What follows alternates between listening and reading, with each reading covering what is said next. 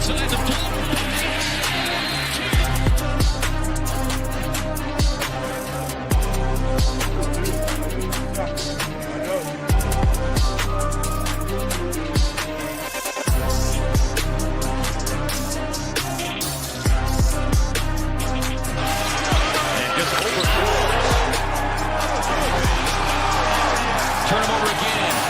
Scoops it up. Booker brings the boom.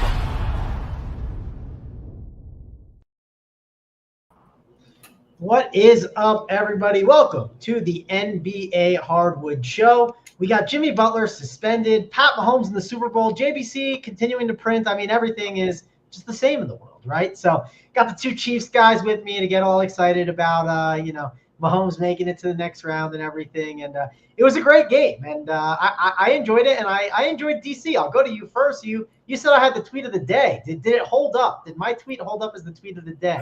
No, that was the winner as far as I was concerned. Made me laugh out loud when I saw it. TV on the ground.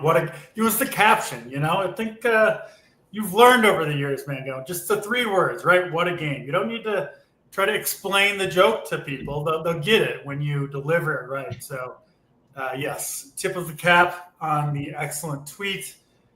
And, of course, always another great day here, AP and Chiefs Kingdom, right? Going back to the Super Bowl once again, absolutely never in doubt. Once again, Chiefs being disrespected by the line. -1.5 against the Eagles. Are you kidding me? Just an easy slam there. I've been picking off the good numbers all day, getting the money in early. So it's a good time of year. Good time to be alive, man. Going. I mean, like, DC, what are we going to hear for the next 2 weeks? The Chiefs suck, statistically not that good. Yeah. They can't stop Saquon. Oh, yeah. I mean, we could probably, put together a full list of, all the stuff that we're going to hear over the next 2 weeks. Along with the ref stuff,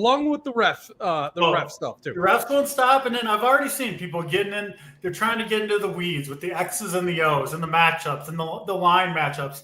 And what they don't realize, AP, Mahomes just has an iron will to win football games. He just simply gets the job done, does what he needs to, and that's the end of the story. Chiefs, another Super Bowl in a couple of weeks, going to be a good time, and I'm ready for the haters and the criers these 2 weeks. You know they're going to be out in full force. I'm sure they will, and I'll hear everyone say, I even heard it last night, the win differential's insane, blah, blah, blah. I'm like, and all I just said back was, he's the anomaly. I don't care. He's the anomaly. He just is. So, it's not. Who are these blessed souls betting against the Chiefs in these big games to keep those numbers down for us? It's a beautiful thing. I mean, obviously, respect. You got to bet in on the game. I respect that. At the same time, I don't get it. How can you, with confidence, just walk in and fire a bet already on the Eagles? What's the argument? I mean, best of luck to you, Jamie. But everybody just wants the Chiefs to lose, so everybody bets on what they want to happen.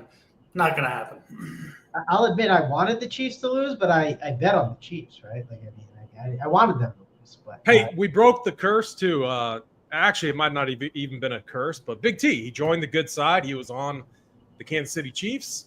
That had me a little worried going into the fourth quarter. I wasn't sweating that much until a little bit later in the fourth quarter. I'm like, what are we doing? Why are we still running running back dives right up the middle?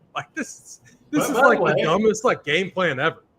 Yeah, but they got it done. They got it done. So I think the Commanders could have beat the Eagles too. Honestly, the turnovers, man, they just killed the Command. I know that's a hot take, but I don't think that Eagles defense is. Chiefs will be fine. That's what I'm trying to say. I don't know. Yeah, I'm with you on that. Jaden Daniels did.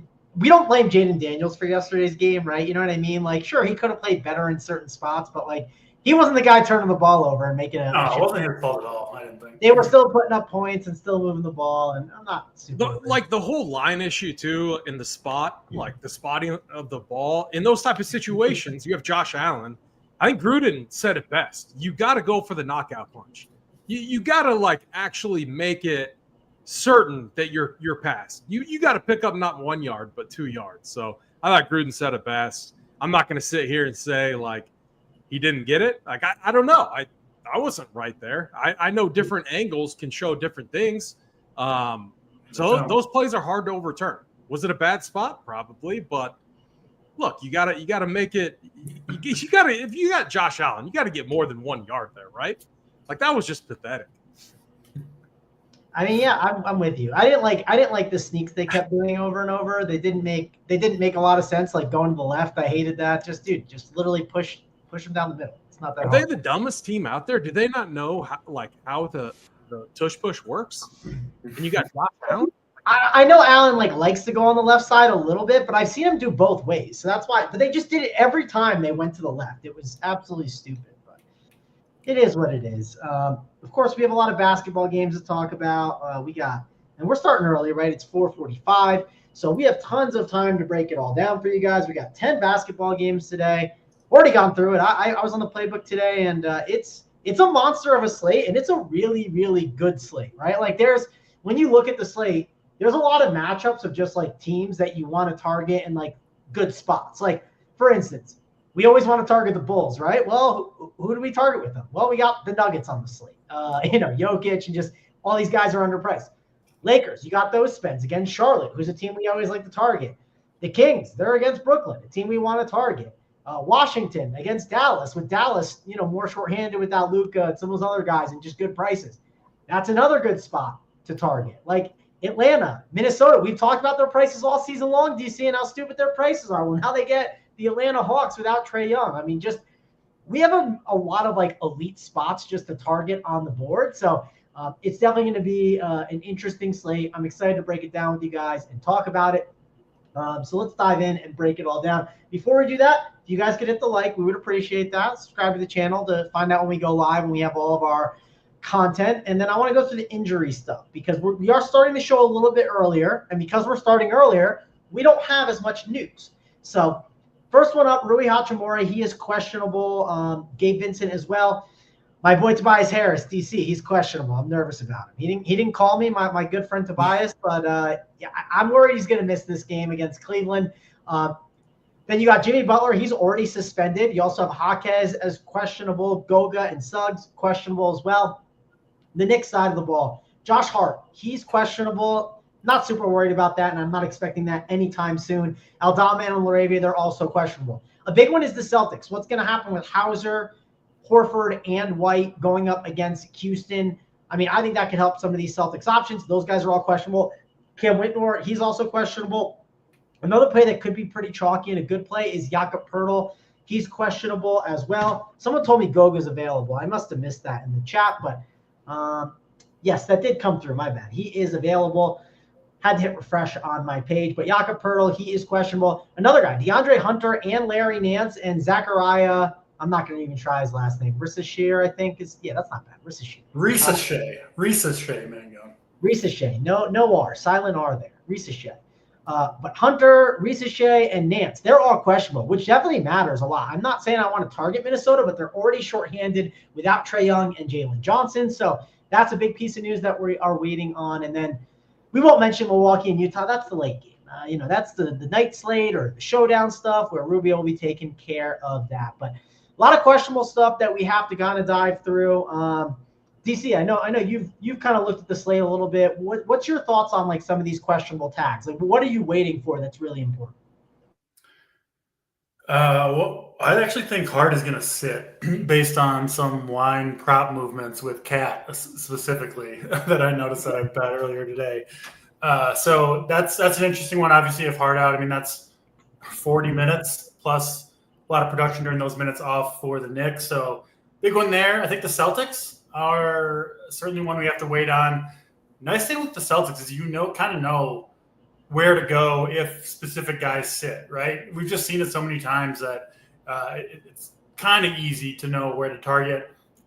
With Boston, the Nets, I think, are actually more interesting than projections show today. So excited to talk about them.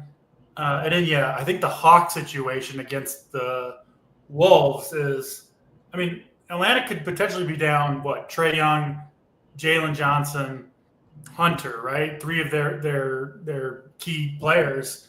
But going into Minnesota, a team that's playing pretty well right now, kind of a dangerous spot for the Hawks if they really are down to kind of the bare bones roster. So interesting talking point there. And then you get to, of course, Washington, Dallas, Denver, Chicago. I mean, a ton of different ways you can build today. I think strategically, I don't know if you guys agree, but I do think these big slates, I'm trying even more to get away from some of the chalk, right? Because there's going to be so many players tonight that have big games. And I'm hoping that I can maybe pick those guys out at a little bit lower ownership because there's just going to be a lot of them. And so that's, I think, presents more opportunity to maybe play a little bit different and try to get to the top of a tournament. So good slate, excited for it. Obviously, a lot of news to come. But yeah, let's pick some winners.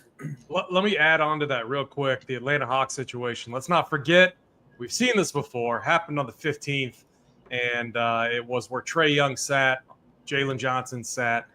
It was so it was David Roddy, Keaton Wallace, Dyson Daniels, Vit Krejci. That was a Keaton Wallace game, right? He put up 50, and then he didn't play another minute since. Yeah, 100%. And all the Whiteys, the Whiteys, Bogdanovich, Garrison Matthews, these guys were like mega chalk and were horrendous. Did absolutely nothing. DeQuan Plowden came in and balled out, got 20, 26. So don't forget that game. You can go look up that rotation. But I think we see something kind of similar to what we saw in that one. Garrison Matthews, one of my favorite guys to X out of a slate. I'm not falling for the Whites in that game. I'll say that. With you on that. Let's get the Lakers and Charlotte and kick it off. Obviously, AD and LeBron, they're both really good spends.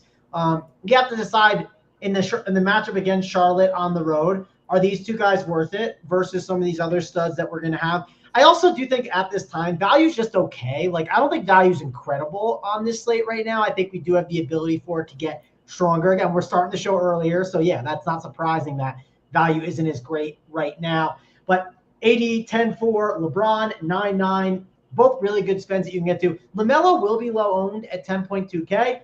If the game is close, I'm sure he'll be part of it.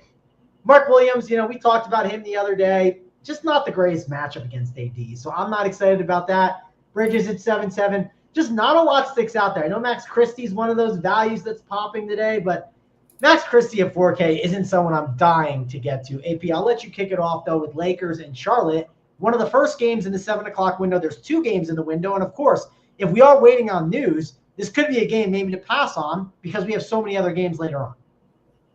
Yeah, fun game to potentially watch with LaMelo Ball. I mean, hindsight, back to that game where we had big Mark Williams, no LaMelo Ball. I think we should have, noted that a little bit heavier. Like that connection right there between those two guys is pretty strong. It may have impacted him just a little bit. Lakers, I mean, the total in this one is kind of indicative too of, the Lakers not just, laying over defensively. I'm not going to say that they're an elite defensive team, but they're not terrible. Like that's why they got Christie out there, Dorian Finney-Smith as well. And then I think you see some Dalton Connect off the bench. Again, I don't want to waste like a value spot this early. I truly think like Keaton Wallace, you would think he comes right back into that starting spot. If that's the case, I'm locking him. What is he? 3,800. Don't love the matchup, but he's going to play a ton of minutes. So I don't want to waste a value spot too early, kind of speculating.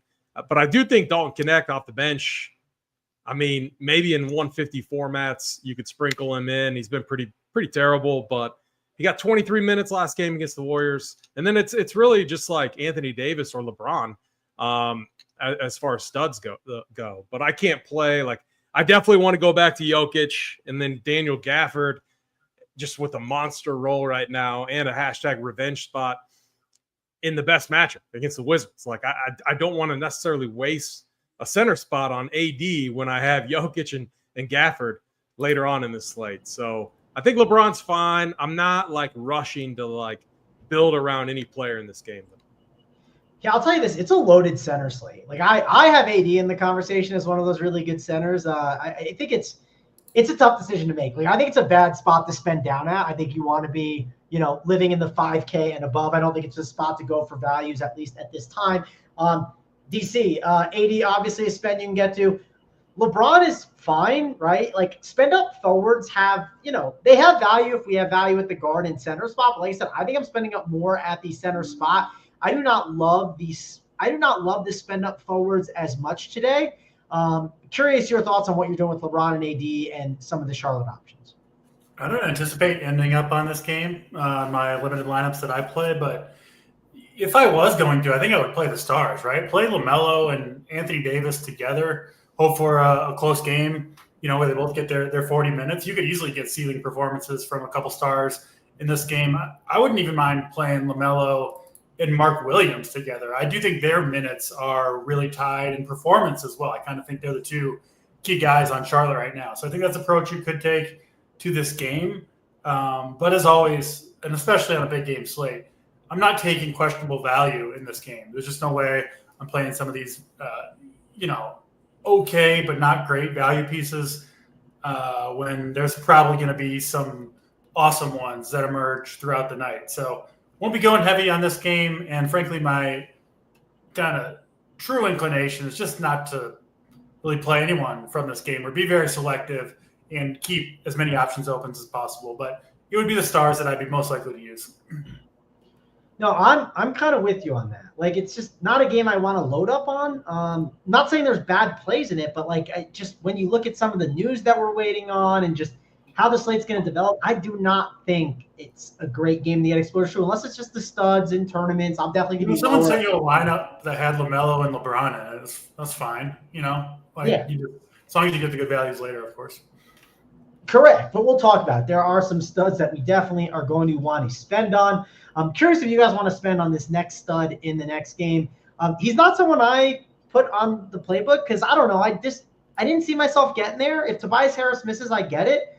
Cade Cunningham is 10.5K, but a matchup on the road against Cleveland, after that big loss where I assume they'll bounce back, I do not like this spot for the Pistons. I kind of think it's a spot where it's going to get a little ugly for them. If Tobias misses, you can make the case in Oscar Thompson at 4.8. He's going to get some value. You can make the case at Jalen Duren at a stack center position at 5.7. Maybe the minutes are more secure. But like I said, I am kind of worried about the blowout in this game. And if Cleveland does put up a lot of points, I assume it's because of Garland, right, who's got a nice role now without LeVert, or Jared Allen at 6.8, or Donovan Mitchell as a spend if you want to get to him.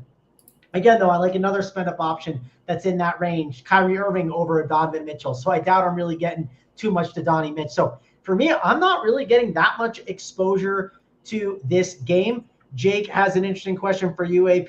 He's talking about one of the exciting whites. Is Max Struss going to be one of those exciting whites playing 32-plus minutes tonight? I mean, you could. Dude, the Cavs are so deep. They like. I get the situation with a couple pieces out, but you still have Ty Jerome, you have Sam Merrill. I mean, guys that are going to come in and rotate in. It comes down to, like, if he comes out hot, then yeah. I mean, Max Strus, 4,400. I do think he's priced appropriately for this role. He's going to have days where he goes off, and yeah, he's going to be fine in tournaments. But I still think he has a floor. The Cavs they're a tough team. They're just they got so many bodies, so many mouths to feed. And on larger slates like this, I typically just avoid them. The Pistons, yeah, Cade Cunningham, he's been a usage monster, like 40+% usage rate, 4 games in a row. I just hate this matchup. I think I think the Pistons play them tighter than most teams will tonight, and it'll make for an interesting game. But man, it's 10-5 in this matchup is a big boy price tag. So I am likely under or completely passing on this game. Jalen Duren, yeah, they're going to need his size. I get it. I think in tournaments he's an awesome play. But again, I want to go back to Jokic after Jokic, which he rarely ever does, it seems like, let us all down. And then this Gafford spot, maybe I have tunnel vision. I don't know.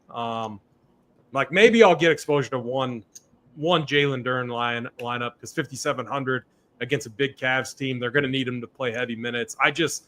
Anytime I play him in these spots, I'm always kicking myself. So he's the one guy I would consider, along with Cade, in kind of a script that the Pistons keep it close or maybe upset them. outside of that, it's a tough game for me. Yeah, that's if they keep it close, right? I know Ty Jerome is another value on this slate that's, intriguing at 4,200. I don't love it, but I get it. I'd rather just wait for some more value to kind of open up. I think that's a better way to kind of go on this slate. We got Steven saying it sounds like fading the 7 p.m. games is the sharp move. DC, I bet you're on that side. What's your thoughts, though, on this game? Yeah, I mean, I think so. Obviously, if one of these guys crushes, puts up 80 fantasy points, you're going to need them. But I think if you were to play this slate out, sim it or whatever, multiple times, and you're kind of behind the controls, I think waiting to get more news on the slate generally, most of the time, is going to turn out to be a pretty good decision. This game, I kind of have a similar take to the Lakers and Charlotte game, where I think the stars are all fine plays. Cade Cunningham could easily have a monster game at low ownership. And I think the same thing on Cleveland. Don't think I'd play multiple of these guys together, but no problem with Garland, Mitchell, or Mobley. I think all three should have pretty good performances here. And then, yeah, I do like Max Strus some, but I do echo a lot of what AP said. His floor is really, really low. I mean, if he misses the first 2 or 3 3-pointers, it's like, it can kind of go south in a hurry. So he's a guy I don't really want to play if he's going to be chalky or super popular. I'm not sure where he'll end up, but probably not too high. But a little bit of caution with him. I do think he's a fine play as kind of a last piece in if you do need that value, though. Caught myself on mute for a second there, but I'm with you, DC. You can, like you said, if someone sends me a lineup with Donovan Mitchell, I'm not going to tell them it's stupid, right? Yeah. But I just think there's better spends to go to. Like, I'd rather Kyrie Irving, who we're going to talk about. And again, news that we're waiting on. I think there's going to be some stuff that opens up. Let's get to Houston and Boston. This is a really big piece of news spot.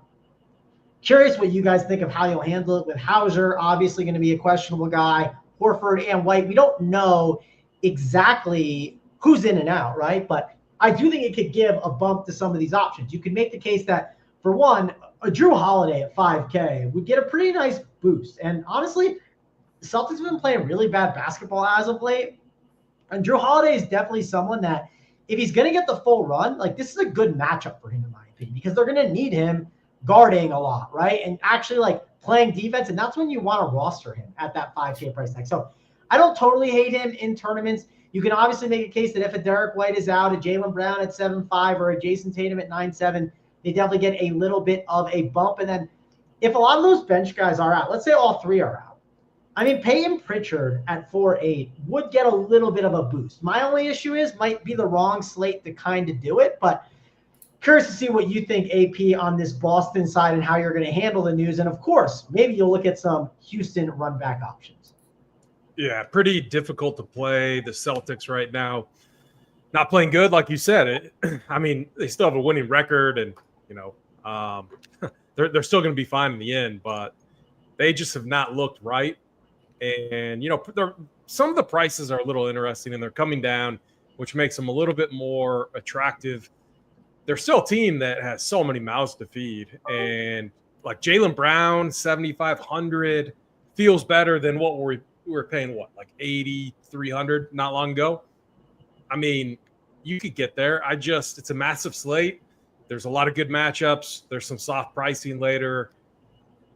I really, unless we get some news and multiple pieces out, it's tough to click some of these names as it stands right now. So I've been I can't tell you the last time I played a Celtics guy, and I feel pretty good about it. Hasn't prevented me from doing well. So I'll probably continue to do that.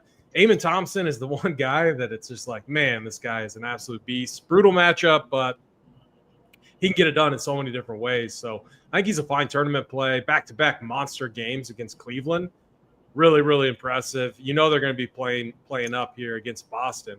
And, so I'm always fine with Amen Thompson. Again, it's what are you sacrificing? By clicking him, what are you sacrificing? If you click him, you can't get the Jokic-Kyrie route, which I think is an awesome route. Maybe you could. I haven't ran that specific build path yet. But still, it could limit where you go elsewhere on this slate. So I'm not rushing to get Amen Thompson into my lineups. I think at 7,900, he's definitely an intriguing value play because you got to think his ownership is capped a little bit at that price. Yeah, and another reason why I don't know if I want many guys from this game is like there are also some really good mid-tier options that we'll talk about that I kind of want to get to. Like, I just don't think the value's that great on this slate. That's the one thing I've kind of been noticing as I've built out. And I think there's some really good mid-tier plays that have some upside that we'll get to and talk about. DC, I don't really want to spend on Houston. I mean, you look at the prices; these guys are kind of overpriced, right? For like what they like the spot against the Celtics. With some of these guys that have been out, I just think a lot of them, for the most part, do feel a bit overpriced. And then Boston, I just don't know exactly with the news. I do think you can make a case that if a Derek White is out, that's the biggest piece that's really going to, shift our focus a little bit there. You could make a case that if a Horford's out, maybe a 7K Porzingis could be interesting. But again, like, I don't know. I want some values. Is Peyton Pritchard a value at 4.8 DC that you might be able to get behind if these guys are out? Yeah, as long as you get White and Porzingis, or White and Horford out, rather. I think Porzingis, Pritchard looks good. Still not probably getting to Tatum or Brown, but yeah, the little bit of the cheaper guys, if White is out, I think are pretty good plays here.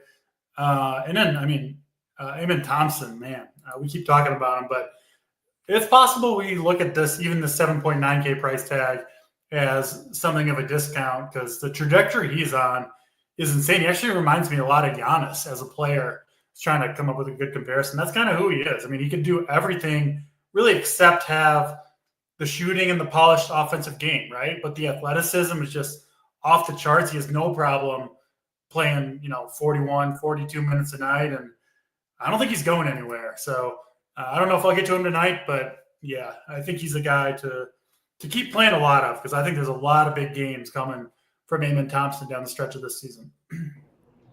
Yep, with you on that. And again, we got 10 games. We already have 3 down, and we don't have a ton of interest in those. So, Caleb, you showed up at the right time. You haven't missed too much so far. Let's get to Sacramento and Brooklyn. Definitely an interesting game. Man, I wish I could roster 8 centers tonight, right? Sabonis would be a great guy to roster against this Brooklyn Nets team at 10K. Just don't know if I want to use that with my salary, but he has a ton of upside. I mean, you look at his game log, you feel like you're getting 50 every single time, which pays off the price, but will he have the ceiling that's worth it at the ownership at 10K? I do think the best king, if you force me to pick one, I really like the spot for Malik Monk. I think the upside at 7K is really strong. He's one of those like mid-tier values that I just think has a ton of upside that I'm interested in. So I don't mind him. DeRozan was another guy that was popping earlier that I don't particularly love, but I get it. Like, I get why he could pop. But for me, it's Malik Monk on the king side. And then D'Angelo Russell, we know what he's doing right now for this Nets team, right? He's been absolutely just insane. He does have downside, right? If it doesn't go well or they get blown out or he just doesn't make his shots. But if this game is competitive, D'Angelo Russell is getting the job done. He said he's having fun playing basketball again. So he is clearly an option at 6.4K that I think has to be in the conversation today. AP, for me, it's D-Russ and Monk. They are the 2 main guys I'm looking at in this game. And, of course, maybe a Sabonis spend. But, again, I want a lot of Jokic tonight. That'll be the game of the night. What's your thoughts here, though, on Sacramento and Brooklyn? Yeah, it's a loaded center slate. Sabonis right up there with some of those other guys. I mean, maybe you could consider let's just say we get some guard value, like the Keaton Wallace play opens up. Maybe a couple other pieces that are really attractive. Maybe that unique double center spend up like Jokic Sabonis build could be somewhat interesting. You obviously need the guard value or forward value to make that work, though. Just kind of an idea. I mean, yeah, because Sabonis could absolutely smash. The Kings, what's nice about them, they run a tight rotation. DeMar DeRozan, even at 6,700, not a guy like I played often, if much at all this season. They're playing a tight rotation. His price is coming down a little bit. He's somewhat interesting. And Malik Monk, you don't have to say much to sell me on him. Absolute stud. I can't believe I didn't play him at the Garden. Absolutely smashed. 21 shot attempts, 33% true usage. And then, yeah, like the Nets, they've been a really difficult team of late, obviously tanking, obviously limiting minutes for players, and the rotation is really frustrating. But D'Lo, he's shown the ability to get it done in limited time. A 50-piece in New York on 31 minutes, 41 on 26 minutes against Miami. I will say, though, the rotation in his minutes cap in that due to the rotation and them tanking is always going to be a concern, especially as his price comes up. So that would be my one reservation in D'Lo. Yeah, D'Lo's definitely – that's a tough one just because I know what the downside can be. DC, I know you've rostered D'Lo a bunch this year, and it's definitely not a bad spot against the Kings. And we saw that Kings-Knicks game shoot out the other night. Maybe the Kings were hanging out in New York, and maybe they'll come out a little flat, and the Nets can be able to hang in this game. But what is your thoughts on D-Russ and then these Kings? Yeah, I think D-Russ is the best play on this slate, bar none. He'll be in all my lineups tonight. We've seen what he does on this Brooklyn team when they're down to these bare bones, right? Missing Cam Thomas, Cam Johnson, and Ben Simmons. It's the D'Lo show. I mean, you put up, 41 fantasy points in 26 minutes against Miami. Prior to that, 50 in 31 minutes against the Knicks. If you look at, the tracking metrics, he had 18 potential assists in 26 minutes against Miami. Brooklyn was absolutely launching threes in that one. If you look at just how they were playing, it's all D'Lo drives, dishes. So I love D'Lo here. I know, like you said, maybe more downside than typically you see from $6,400 players just because the Nets are just in tank mode, right? So like the minutes you can kind of get rug pulled out of nowhere if things don't go well. But if they go, I mean, there can't be other players that have legitimate, I think legitimate 50, 55 plus fantasy point upside at 6,400. So if we're talking tournaments, you're going to need a big score. And I think he's one of the guys that could really, really outperform his salary. He's my favorite play. It's just the D'Lo show on this team. I mean, they don't have anybody else. Like when he's been out and they've tried to have like Keon Johnson and Tyrese Martin running the show, it's just a disaster. So I think it's going to be all D'Lo in this one. Absolutely love him. I actually don't mind if you want to get kind of crazy. I think Keon Johnson and Jalen Wilson, they're the two guys getting minutes at the wing, taking a bunch of threes, going to be absolutely not owned at all. And I do think their minutes are a little bit tied to D'Lo as well. You've got obviously runbacks on the Kings if you want to do it. Monk, Sabonis. I think this game could be interesting if Brooklyn plays well. I think that backcourt for Brooklyn, shooting-wise, is going to be what they need to keep them in this game. I think this game could be sneaky good for fantasy here. Yeah, definitely think there's some good plays in the mid-tier. Like I said, I think this is a game where, you could definitely get exposure to it. This is also a 7:30 game, and there are how many? 5 7:30 games. So he's at D'Lo's at 1.64 fantasy point per minute with Johnson, Thomas, and Simmons off the court over 104 minutes. Just absolutely crushing. Yeah, Johnson will be in, but you mean Cam Johnson? I mean Cam Johnson. Yeah, that's fair. And yeah, he's definitely in a good spot. The upside is there. We know the downside's there. If they're losing like 80 to like 30 at halftime, which that could happen with the Nets. It certainly could be ugly, but D'Lo's definitely in play. And like I said, there are some really good mid-tier options. Like he's one of them. Monk is definitely one of them. Like if this game stays close, I would think it's a good spot. Let's get to the Pelicans and the Raptors. And this is the kind of game where you got two bad teams playing against each other. And this is one of those spots where I like to roster them more, right? You typically don't want to roster the Raptors when they're playing a team like Cleveland or the Pelicans when they're playing a really good team like Houston. I mean, this could be a sloppy game. It could work out for both sides. You are missing Brandon Ingram and Quickly in this game. Jakob Poeltl, he is questionable. If he misses, that would make this game really interesting with some value plays. I don't mind Grady Dick in this spot. I think he's an intriguing option you can get to at 4.2K. We've seen Bruce Brown play a little bit better as well. He certainly could get a little bit more run. The Pelican side of the ball, though, there's not a lot that I like there. It's mainly just targeting these Raptors. Of course, as Scotty Barnes at 9.3, I think he has the ability to have a good game in this spot if I have the money to spend up at forward. The problem is I don't think I have money to spend up at forward today. That's one of the things that I think I'm running into. AP, curious to get your thoughts on Raptors and Pelicans. Yeah, some important news: Jakob Poeltl, Kelly Olynyk, Abaji, all questionable.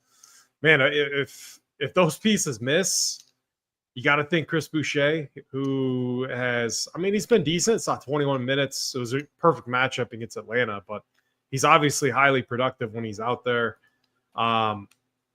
And the Pelicans, not like, I mean, they've typically been one of the better matchups. I will say that they probably want or hope to have Pirtle tonight with Zion playing. I mean, I think Zion might be like the most interesting guy to talk about. Speaking of like guys who are putting up like insane numbers in limited time. I mean, yeah, D'Angelo Russell is definitely up there, but what Zion is doing is ridiculous, like absolutely ridiculous. It's like I wanted to play him against the Hornets, and I'm like, he's only going to play 24 minutes, but he's probably going to get us 50. He got us 48 in 25 minutes. Like 20 shot attempts in back-to-back games. He had 21 shot attempts against the Jazz in 22 minutes, like a 50% usage rate. It's just like absolutely ridiculous what this guy is doing. And again, he can do it because he never plays. He has all the time off in the world. He basically can do whatever he wants. They come out, plays his 24, 25 minutes, and calls it a day. So it's going to be a great matchup for him against the Raptors. I do think he's interesting, 8,700. And then, yeah, the Raptors, it's Scotty Barnes, it's RJ Barrett. Those are always going to be fine options, you know, for the upper tier guys. And you flip a coin on who it's going to be, or you play them both. It didn't work for me a couple slates ago, but it's definitely viable. Bruce Brown kind of secrets out with his rotation, running the second unit. He did get 26 minutes last game against Atlanta. So, I mean, the rotation's nice, but the price tag is back up. So I like this game. I still have it behind a few others that we have yet to talk about, but I do think there's going to be some fantasy goodness in this game. Yep, definitely agree. I do think there'll be some fantasy goodness in this game. And again, that total stuff and Kelly Olynyk, that's huge news. If we do get one of those guys missing, I mean, that's definitely going to make us a little more intrigued in some values in this game. DC, Pelicans and Raptors, what are you looking at in this game? Probably not a ton here for me. Obviously, if Pirtle misses, Boucher becomes a good value piece. I don't necessarily know if I want to ride with the masses on Boucher. If it does turn out he's going to be super popular, though, he is a guy who I think has a pretty low floor. We've seen, like, over the years, I bet he's been one of the guys that's busted as chalk the most is Chris Boucher when it looks like he's in a good spot, and he ends up playing 13 minutes anyway. So I'll be a little cautious with that if it does look like he'll be popular. Yeah, Pelicans, I just don't think I'm going there with Murray, McCollum, Murphy, and Zion all in there. I can't pay the 8,700 for the 25 Zion minutes, even though he's crushing. Can you imagine how good he'd be if he actually like cared and took basketball seriously? He obviously just doesn't even care at all and just eats whatever he wants and gets fat and then just dominates NBA players when he's out there. Kind of crazy, but yeah, I'm not going to go there tonight myself. Yeah, it's definitely tough, especially with all the good spends we have today, right? It feels like we have a lot of really good spends that we want to get to, so that makes it a little more difficult, especially with the minutes limit. Speaking of minutes limits, let's get to Paolo Banchero, who finally lifted that minutes limit against the Pistons. 40 minutes, but matchup against the Heat. It's not really an exciting one. Also, of course, Jimmy Butler, he is out for this game. But since Jimmy has been out, it's been really good for Kel'el Ware, I should say. And Ware is 5.9K and only center eligible now, which kind of sucks because, hey, we like him. We wish we could play him at forward. And, yeah, it's not a great matchup. So I'm okay with getting away from Ware a little bit with all these better centers on this slate. Of course, we're waiting on the Hawkes news at 4.7K. He's definitely someone that could get a little bit of a bump without Jimmy. We obviously want that starting lineup. Tyler Hero, we know he's got upside at 8.3. My problem is the matchup against the Magic isn't great. And, of course, Bam Adebayo at 7.5. He does have the power forward eligibility. I don't know if that intrigues you, AP, at 7.5K, Bam having power forward eligibility, but curious to get your thoughts on Orlando and the Heat. Yeah, so I did not watch this game, but Ware, he did not close against the Nets, 106-97. It was Hawkes, Jovic, Rozier, Bam, and Tyler Hero. Maybe it had to do with size and matchups, most likely the case, but he finally had a drop-off as far as performance goes. I get it. If you want to go there in this matchup, Orlando, they play so slow. and they're just tough defensively, especially on bigs. It's always when I do the flow chart, it's always bottom of the barrel, and so it's a spot I typically avoid. I'll be doing that here. I just for a little bit more, we can get up to Daniel Gafford. That's going to be my preference tonight. So this game most likely a full fade for me. Yeah, definitely not a bad fade. We got a lot of late night hammers coming up that we're going to discuss for sure. I know we're going through the games quick, but there's some good games to discuss later on. DC, curious your thoughts on this game. Yeah, I wouldn't go to much of this game. I mean, these are two defensive-minded teams on a big slate. Orlando getting healthier. I can't see really playing anyone from Orlando. They're going to be scary as a real-life team if they can get healthy, right? They've kind of had different guys step up. Banchero, Franz, now Jalen Suggs kind of had to carry a bigger load and kind of has stepped into it. So Orlando's a team to watch, but not for DFS. When they're healthy, I'm kind of writing these guys off for this game. And then same thing with Miami. I think this is maybe the worst game overall on the whole slate, Orlando and Miami. So not going to end up with a ton here myself. Yeah, I'm with you on that. We're getting close to all the good games. Here comes the appetizer. Memphis and the Knicks. I don't know if this is DC's appetizer, though. DC says he thinks Josh Hart is going to miss. I'm not exactly sure about the Josh Hart stuff. Of course, we probably won't get an update of that until the first game locks, like 30 minutes before. So that's obviously a big piece of news we are waiting on with Josh Hart. Memphis does have some guys that we are waiting on as well, right? Aldama, LaRavia. That's not completely nothing, but it doesn't mean I'm loading up on those values on the Memphis side of the ball. They are fairly healthy with Ja Morant, Jaren Jackson, and Desmond Bane. All a bit pricey for sure. You got Zach Edey, who I know he had a monster game against Utah the other night and against the Pelicans. They're going to need his size for sure against Cat. Of course, we can use Cat as a spend-up option. Another center on this slate that discusses a spend that has a ton of upside. AP, I know you've rostered Cat a lot this year, but on a loaded center slate, are you playing Cat at 9.8K? In this matchup, I mean, look, I'm never going to talk anyone off of playing Karl Anthony Towns, especially when he's under 10K, 9,800, just too cheap. And I might be kicking myself for not going there, but I as I've said multiple times now, I'm definitely trying to prioritize Jokic because I think there's going to be value to make it work. And centers against the Bulls in that up-pace matchup, and we know Jokic can.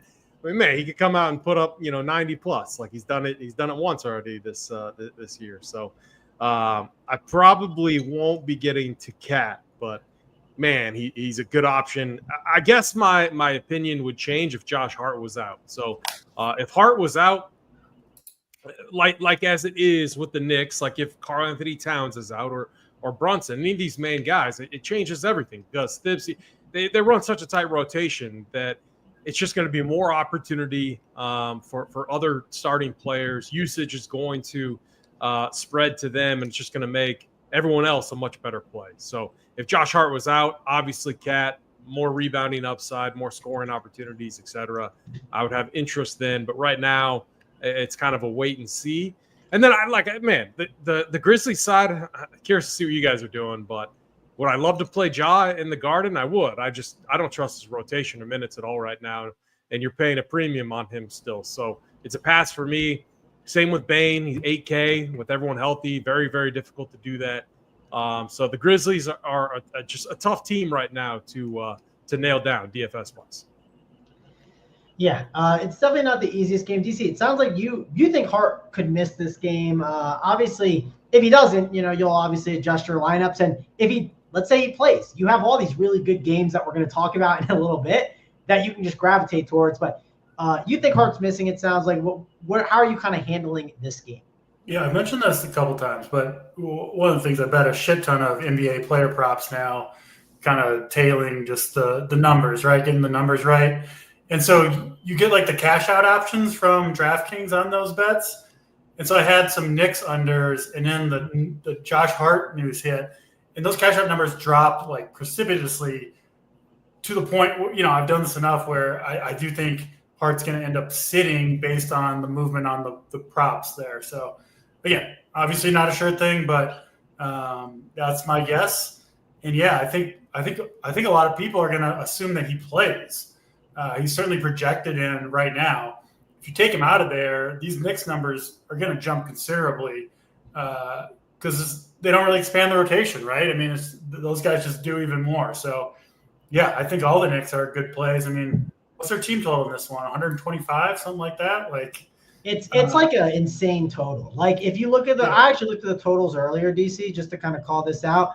It's the Nuggets game is at 248, which is a pretty crazy one. This one's at 241.5, and it's a 3-point spread. Like clearly this game, they're expecting to shoot out. We saw that Kings game shoot out the other night against the Knicks, and man, there could just be a lot of fantasy points here. Didn't see my guy OG went for 51 fantasy points on Saturday. I'm glad I didn't play that slate because I wouldn't have had OG. You went for what? 51? 51, for OG. That game was insane, man. The final score of that game was crazy too. It was 143 to 120. I mean, it was an absolute just nuke. So I was about to say bad things about Mr. Anunoby once again, but I'm glad I clicked on his game log before I came after him because he had a good game. But no, if Hart does miss, I think the bump is kind of spread out, which to the other guys, which is kind of a difficult part. But yeah, Cat, Bridges, and then Brunson would be the three that I'd be most likely to play. It won't work out for me to go to the Anunoby train. So someone else can benefit from that. Not going to be me. Yeah, definitely not loading up on OG here. We did just get news Jaquez is out. One thing I'll call out with Jaquez being out, I still think these guys are expensive because Jimmy Butler's been out for a while, right? Like, I shouldn't say Jovic is expensive at 5.5, but he's not cheap. You know what I mean? This isn't just like, oh, Jovic's 4K and like he's clearly going to grade out as like a 5 or 6x value. Like he's just fine at 5.5. Do you kind of agree, AP? Like, yes, plays pop up here with Jaquez out, but I don't think against Orlando anything just is like an absolute stone lock. Would you agree? Yeah. There's very few things that are stone locks against the Orlando Magic. So I would still be cautious. I'm with you there. Yeah, DC, are you playing any Pele Larson with this news? Probably not, Ice. Definitely not. No. It's just not again, I don't think it's massive, but it's worth just calling out. He is out. I'm sure projections will make a little bit of adjustments, but none of these guys are going to be slammed on the team. Don't play Highsmith. Right? We're not playing Highsmith. Come on now. No. I'm not. So you can play him, not me. I'm going to play this next game, though. I'm going to play the Nuggets and the Bulls. This is a game I want to load up on. Nikola Jokic, clearly a great spot against the Bulls here. Yes, he busted against the Timberwolves on Saturday. Rudy Gobert had his number. It was a rough game for him. But I do think at 12K against the Bulls, it's a perfect bounce back spot. You got to like him. There's other good values, I think, on Denver. If you just look at the price tags that we got here, Jamal Murray, 7.2K. Westbrook, 6.2. All good options. Michael Porter Jr., 5.6. That feels too cheap. Christian Braun, I know he's came on and had some really, really strong games. I think he's had in 4 of his last 6 games, he's had 20 real-life points. So not a bad matchup for him for cheap at 4.5, guard and forward eligible. Aaron Gordon at 4.2. He's another value that's popping up a little bit. Doesn't start, but I do think he is not the worst option you can go to. And then the Bulls, they're missing Kobe White. And ever since they're missing Kobe White, that's going to obviously give bumps to who?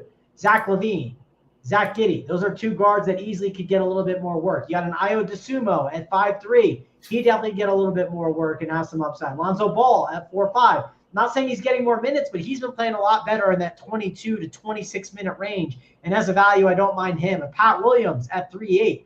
Again, this Nuggets team, yes, they're playing better basketball, but I'm not that scared of their defense. And last but not least, at a loaded center position, Nikola Vucevic had a big game against Philly the other day. I had him in my core. I don't think he's a crazy play against Jokic. My problem is center's just too loaded to play someone like Vucevic. So that's the issue I'm having with it. But AB, you were talking up Jokic a ton. He's clearly a good play. So talk about him and talk about some of the other plays you like in this game. Yeah, it's obviously a really good spot for the for the Nuggets and the Bulls in general, and actually centers have been, from a fantasy standpoint, putting up pretty good numbers against the Nuggets. Obviously, we saw that with Gobert. Vucevic, obviously a center with upside, especially when he's hitting shots. And not long ago, 65 DraftKings points against the Hornets. he's been efficient too. So like that goes into him having a floor. If he's not hitting his shots, you're just not going to get the upside. And that's obviously one of the many differences between him and Jokic. But Jokic, perfect bounce back spot, great up pace matchup. It just seems like when you look at this game, 248 total, it's going to be back and forth. Both teams push the pace. The pricing on the Nuggets side in their rotation, it just seems like a spot where I would not be surprised if you almost like overstack this game. Like I could see past to where Westbrook gets there. Jokic naturally with his peripheral stats. Christian Brown has been awesome, and he's 4,500. He had a string of multiple 30-plus point games. So I think it's like an interesting route on the slate where you play Jokic, pair like Brown with him, Westbrook with him, or Murray instead of Westbrook. I mean, I'm not saying like go all in and play the entire team. I'm just saying I think it's a good spot where you're going to see multiple flame emojis by the Denver Nugget players' sides. And then, yeah, the Bulls, a little bit tougher. Levine, appropriately priced to 8,100. Patrick Williams, we're going to need value on the slate. You've mentioned it a few times. Value kind of thin. 3,800. I don't know. There's, as it stands right now, waiting on a lot of news, but there's worse names out there. I think Josh Giddey, 7,100. If you do agree that this game is kind of going to go off, I think he's a natural run back just with what he does. He's been playing a lot more minutes as well. So naturally, I'm going to have a lot of exposure to this game, and I'm going right back to Nikola Jokic at 12K. Hopefully people – I don't think people are going to feel too burned after his last performance this weekend. But maybe that will keep ownership down. Probably not, but maybe. I don't think one bad game is gonna make people forget the last like 7 years. Yeah. Also, this is imagine getting off Jokic on Serbian Heritage Night in Chicago. Is it? I had no idea. Yeah, he's a lot. Man. I did just look it up. It says I'm trying to think because I mean I don't know for certain. I'm trying to figure it out now, but. The Bulls, they tweeted out like, be there live for this game, blah, blah, blah. And then someone commented, are they going to kick him out for absolutely nothing during Serbian Heritage Night this time? I can look on the schedule. I'm looking at the tickets. I'm trying to buy. He got ejected on Serbian Heritage Night, right? Jokic last year? I think he did. Yeah, he did. In Chicago. Really? It was a giant mess. Remember, I'm assuming it is. I assume that's right, but we'll keep looking to make sure. Maybe I can find some confirmation or someone else can. But hey, be there, good point. And yeah, hat tip to Mangone, the GG Jackson. He balled out. That was against what, Utah? The Knicks are a little. That was different. The next day though. Against the day Mangone liked him, he only got 18. It was against Utah, right? Yeah, his last game. Yeah, but so I didn't victory lap at DC. I want to throw that out there. But yeah, because you didn't. Yeah. I didn't say it because I know you like to get on me and say I'm victory. I'm just saying the whole point of the call was he's going to get more minutes soon, and they're upticking. He got 22 and then 24.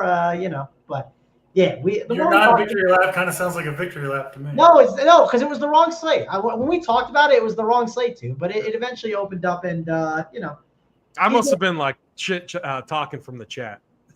I have no idea why I remember that. I had to be. I probably said something in the chat. I think it was Friday night. Yeah, I think you were in the chat. Yeah. I mean, DC made fun of it, but it wasn't one to victory lap. It also wasn't one where he can go back and say, oh, he got 5 DK points. You were an idiot. This wasn't Big O. This wasn't Big T's Big O play. So I had forgotten about it. I was pretty excited to click and hope for a 0, but didn't come up with it. So yeah. Right, DC, talk about this game because obviously it's the game of the slate, right? It's a 248 total. There's good values, there's good spends, there's options in the mid tier. I mean, there's so many routes that you can go with this game. It's not one you want to avoid. What's your thoughts?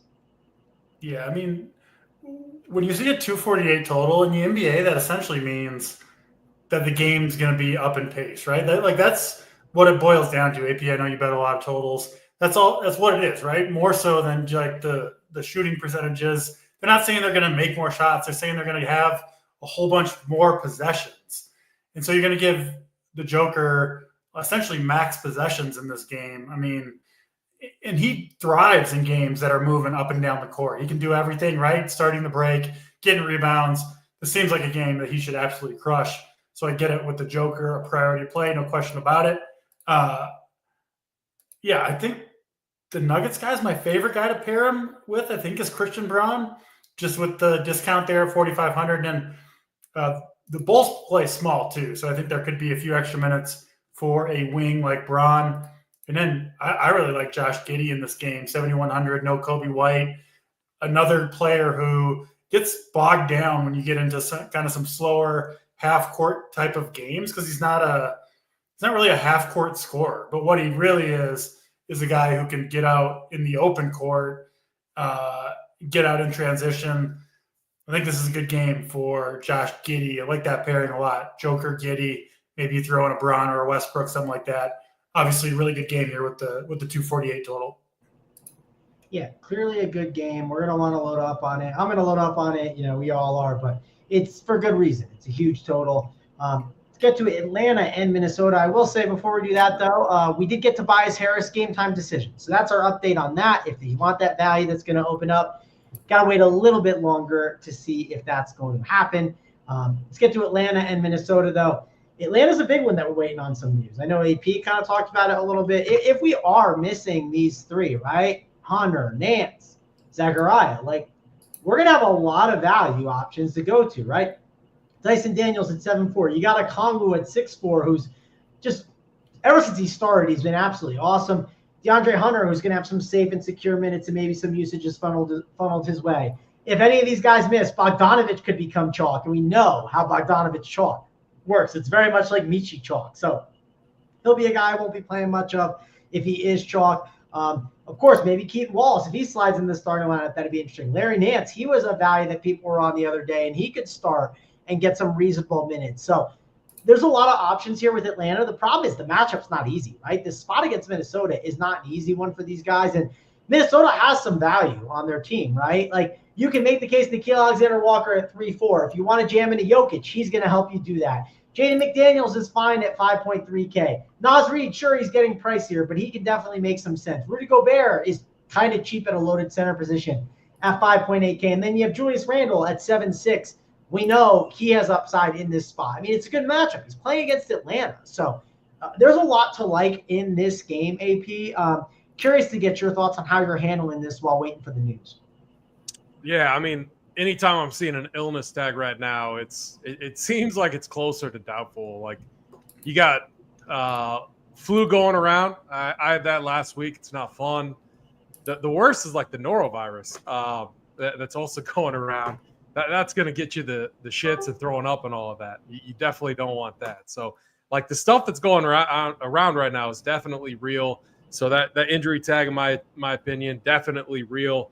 And yeah, if he's out, if Nance is out and Ricochet, if he's out, you're right back to that situation that we saw against the Bulls. Now, again, it was the Bulls, a better matchup.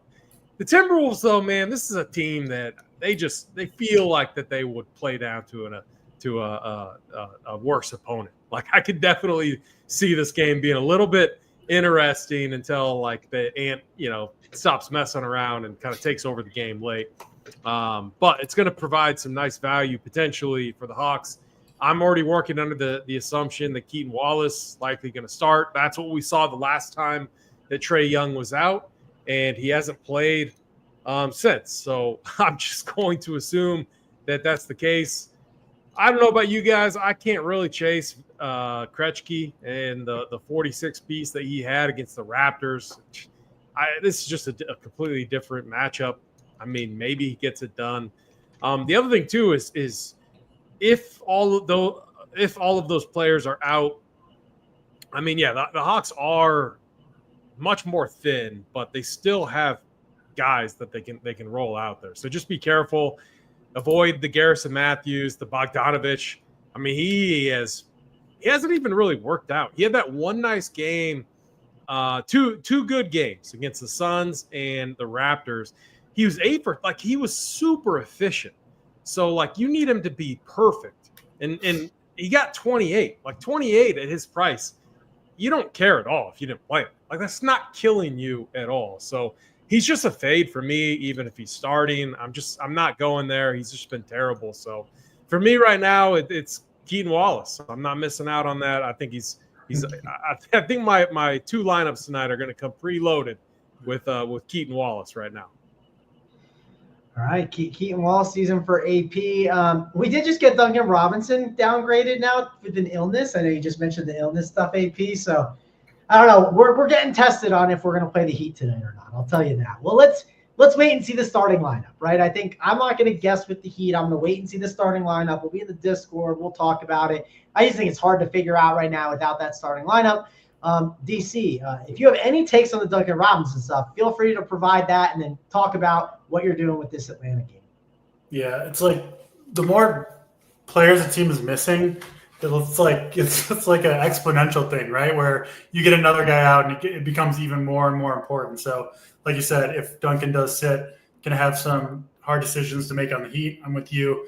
I don't know which way I would lean there quite yet. Back to this game, laughing at AP, who's just been absolutely salivating all show to get in Keaton Wallace into all his lineups. I don't know if it's going to go as well as you think it's going to go, AP. I mean, you can talk me off of him. Right now I need value. I need value because I really want to make Jokic work. And I just hope he's going to start. You're fading him if he starts? Maybe. I did play him against Chicago, and he helped me have a nice night. So I do have a soft spot in my heart. But, it does say something when you put up 53 fantasy points over 38 minutes, and they send you right back to the G League, and you don't play another minute. I did look up his G League stats. He's averaging, 1 fantasy point per minute in the G League. So he's not even, dominating down there. I think Keaton Wallace had, the absolute game of his life. We'll never get close to that again. And I think a pretty good chance that he busts hard, even if he does start. So I'm leaning against Wallace. I think this is a bad spot for Atlanta. I mean, missing by far their two best players in Trae Young and Jalen Johnson. And then what do they have? 3 guys questionable with illness? I mean, who knows who else is sick on the team, right? Maybe some guys good enough to play. They're not listed on the – it just seems like a really, really bad spot for the Atlanta Hawks against a Timberwolves team that has disappointed, but still has a lot of very, very good defenders. Could see them putting the clamps down in this game. So I'm off this game for the most part. I think Minnesota gets the job done early. Yeah, we'll have to see. I know our Discord's talking about the Keaton Wallace stuff. Well, we'll see. I don't know. The trap man going Keaton Wallace is a trap tonight. I mean, if he starts, he won't be for me. But I mean, I don't think he's going to start. I guess we'll see if he will be or not. He'll be in your lineup. Why wouldn't he start? They brought him back. I mean, why did they start him last time? You don't think they'll start? I mean, I would assume they'd go Daniels. I assume Wallace, Tyson Daniels, Krejci, who's like a wing. Risha Say if he plays. We'll go Hunter and Okongwu at the 4. Oh, they hate starting Hunter. He always comes off the bench. I think Hunter. Same with Bogdanovich, who sucks. I don't know. And Larry Nance starting too. He's terrible. I hate him when he starts. I'd rather him come off the bench. Give me Krejci over Keaton Wallace all day, by the way. The Hawks suck, man. They're a disaster. I hate this team. I mean, I will say the Hawks, not saying they put out weird starting lineups, but they are willing to do things that you're not expecting. Garrison Matthews will randomly start. I don't think anyone really expected Larry Nance to start the other night. That was on Saturday. I wouldn't be shocked what they do. But again, this is later game. I'm going to be backloaded pretty heavy. So if I need to get Keaton Wallace in my lineup, it won't be that hard to. You know why? Because JSU's convinced he's starting, so maybe I haven't seen that. Yeah, thank you. My lineups are coming preloaded with Keaton Wallace. I'm not letting DC talk me off of that. I mean, I know he got recalled. I just don't know if he guaranteed he starts. But yeah, maybe. We'll see. I could play some Dillingham also. Dude, this is actually a really good matchup for Rob Dillingham. Did you guys see him the other night? In a 3-minute stretch, this dude had 18 fantasy points. It was insane. No, he definitely will fire. But the minutes just aren't always there. That's the problem. All right, let's get to the last game of the slate. I think it's one of the best games of the slate. I think the best is the Nuggets, but this is up there. I really like the Washington and Dallas game. I love PJ Washington in this spot, 6.9K, tons of upside. I mean, this is like a dream matchup for someone like PJ Washington. More of the small ball lineups where they can be unlocked, the stocks. I mean, it's just such a perfect spot for PJ. Daniel Gafford, 6.7K. We've seen his upside. He gets a revenge game. Definitely going to be an intriguing option. Kyrie Irving, 8.9K. He's very hard to ignore. I think he's one of the better spends on this slate. If you do think the game does stay close, don't look now, but your boy Jordan Poole, AP, he's been going off lately, and it's not a bad spot. My boys Jordan Poole's and Josh Giddey for DC. Somehow, like, those guys are attached to us. Yeah, I mean, listen, I got to play some Josh Giddey just for DC tonight too. You liked him, didn't you? Oh yeah. My main man, Josh Giddey. It was his play of the day the other day, so there you go. But I do think Jordan Poole in play at 6.9K as a pretty good option. There's other values you can make the case for it. Dinwiddie, Coulibaly in the mid tier, Klay Thompson, Quentin Grimes will be a conversation at 4.7K. He's going to get some ownership. Tyshawn George, he's definitely in play at 3.7K if he's starting. He got 32 minutes last game. I mean, he does seem like a value. Yes, he stands in the corner a bit, but he gets the minutes, so I don't totally hate him. There's a lot of ways you can go. And, hey, if he doesn't start, you can go to a Carrington. You can go to a Kispert off the bench. There's a lot of ways to go in this game. So I think this is one of the better games in the slate, probably the second best game for me, AP. What's your thoughts here? Yeah, this Mavs rotation. Yeah, we need our boy Glock on here. But, like, and again, I've somewhat limited for the amount of Mavs I've watched this season, just without Luka, a little bit tougher of a watch. But right now, with how they're constructed, no Lively, they're doing a couple things. Like we saw against Boston, Maxi Kleber slide in for a few minutes. It didn't seem like they liked that very much. What I liked was in the non-Gafford minutes, just move PJ Washington to the 5. I think you could easily do that against a team like the Wizards. So I don't know. It's a good matchup, obviously, for bigs. I think Gafford smashes. I think Kyrie smashes. And look, if they do that, if they just stretch PJ Washington's minutes like they are, he's playing 40 plus a night, it seems like, in close games. They're going to be passed to where both those guys smash against this bad Wizards team. So I agree with you. Like, stack this game up from the Dallas side.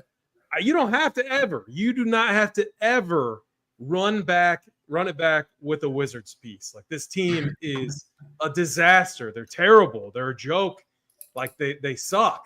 Now, Poole, he has shown upside. His price is pretty nice. So, yeah, he's the one guy. Anytime I got to write him up in the playbook, it's like, yeah, he's going to get you a 40, 45 plus one in every, like, 6 or 7 games now.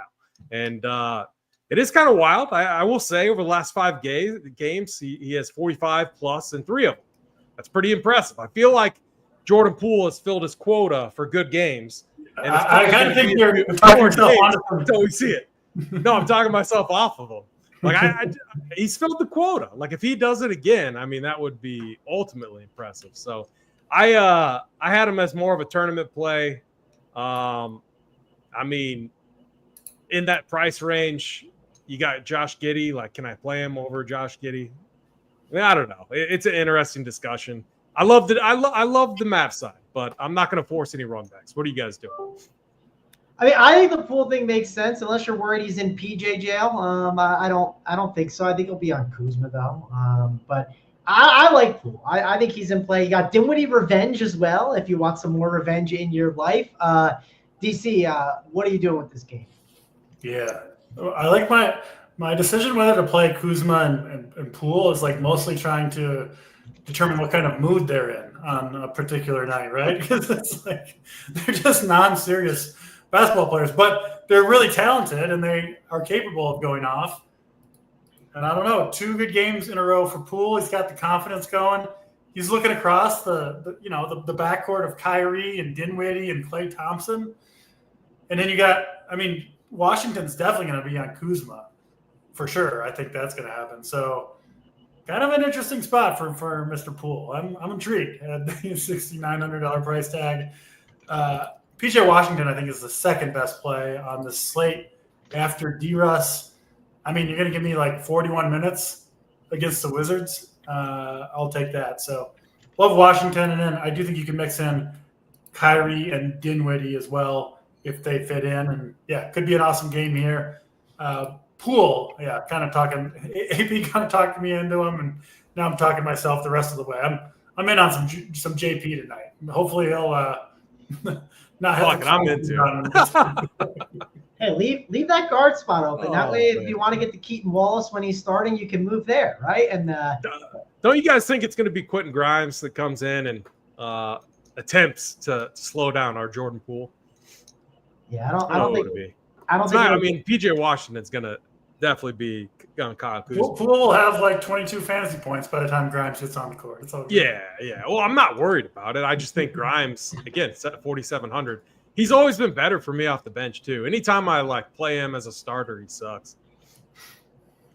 For sure. And again, value's just not great on this slate. So I'm kind of with you on that. I love PJ Washington in this spot. There you go. Chiefs and Eagles. Did Chiefs fans run like that, Pierre? It seems like everyone hates the Eagles. It's funny. Everybody hates both these teams. I tweeted out last night, like, someone make the case for me for who I should root for, because I don't want to root for either. I'm not going to enjoy it. But you can't root for a Nick Sirianni team. That's what it comes down to. You got to go with the other side. It's a fair point, DC. I mean, I'm not the biggest Eagles fan. So one time my uncle's brother, he was away. He was on vacation. The Eagles were in the playoffs, and I asked him when he was away. I was like, "Can I buy your tickets?" Right? He's got season tickets. Can I buy them and go see the Packers in the playoffs? Like, you're going to be in Cancun or wherever you're at on your winter vacation. And you know what he said to me? He said, "You will not be sitting in my seats. I don't care how much you pay for them. I'd rather let no one sit in the seats than a Packer fan." So it's like a family member. So the Eagles fans. This guy's not a huge fan of you, man. No, he likes me, but I'm telling you, he's such a big Eagles fan that growing up, his daughter thought that he played for the Eagles. That's how much he likes them. The Eagles fans are psychotic. They are absolutely crazy. So it's what they do. But anyways, you get the plays of the day. For me, I'm going to go first. Mine's a little chalky, but I just think he's the best play. I want to load up on him. It's too good of a spot. I'm taking PJ Washington. I think he's the best play on the board at 6.9K. I want him on my teams. I love his floor. I love his ceiling. So PJ Washington, he will be my play of the day. Chef Frank, I'm not surprised you like the Eagles. You didn't give it away at all. We are all shocked over here, Chef. We are very shocked. AP, you go next. What do you got? Who's your play of the day? I'm just my lineups tonight coming preloaded with Mr. Keaton Wallace. Going to get the start and pay off that price tag. Might as well.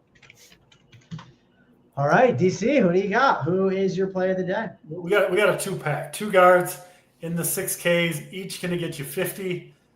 Can't always trust them, but tonight's a good night. JP, Jordan Poole, and D'Angelo Russell going to get the job done. Like it. I'm with you. I think it's pool party season. I'm with you. I just asked Clock for the confirmation.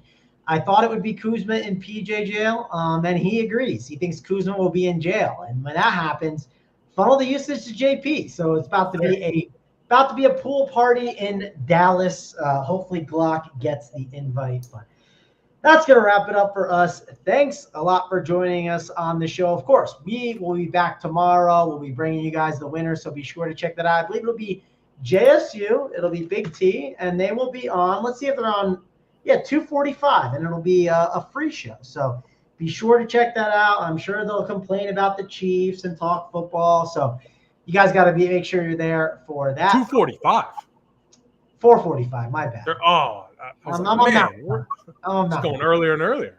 Yeah, Mountain Time. My bad. It's 4:45, so that's on me. I was just thinking Mountain Time. I'm just reading the calendar, so that's on me. But all righty, that's gonna wrap it up for us. Thanks a lot for joining us on the show. Good luck to PJ Washington, Keaton Wallace, D'Angelo Russell, and our guy Jordan Poole. He'll be like the show play of the day, guys. So hopefully he gets the job done. But see you guys tomorrow.